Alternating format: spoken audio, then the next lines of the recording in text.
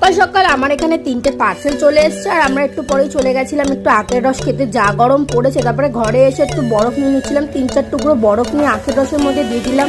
আর আখের রসটা এত মিষ্টি ছিল খেতে, না জাস্ট দুর্দান্ত লাগছিল। আখের রস না খেয়ে আর পারলাম না। দেন দুপুরে মা রান্না করেছিল কি ডাঁটা দিয়ে ডাল, ভেন্ডি ভাজা, তারপরে কাঁচকলার তরকারি, মাছ দিয়ে কচুর শাক, ভাত, এরম দুপুরবেলায় লাঞ্চটা কমপ্লিট করলাম। দেন ছিল মাদার্স ডে ওই দিনকার, তাই কেক এনে রাত্রেবেলা এখানে কেক কাটা হচ্ছিল। 3জন মিলে, মা, মাসি, কাকি মিলে কেকটা কাটলো। আর এখানে খাওয়া দাওয়ানোর পদ্ধতি চলছে, একে অপরকে খাই দিচ্ছে। আমি একটু কেকটা কেটে খেয়ে দেখলাম। আর মাকে দিয়েছি এই পলার আংটিটা সোনার, এটা মাকে গিফট করেছি মাদার্স ডে উপলক্ষে।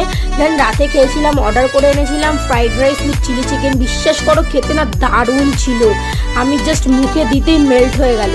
আর ফ্রাইড রাইস চিলি চিকেনটা খেয়ে মাদার্স ডেটা কমপ্লিট করলাম। আর ফ্রিজে ছিল 1 বাটি কেক। আমি এখন কেক খেতে দেখি, তোমরা এরকম মিনি ব্লগ দেখা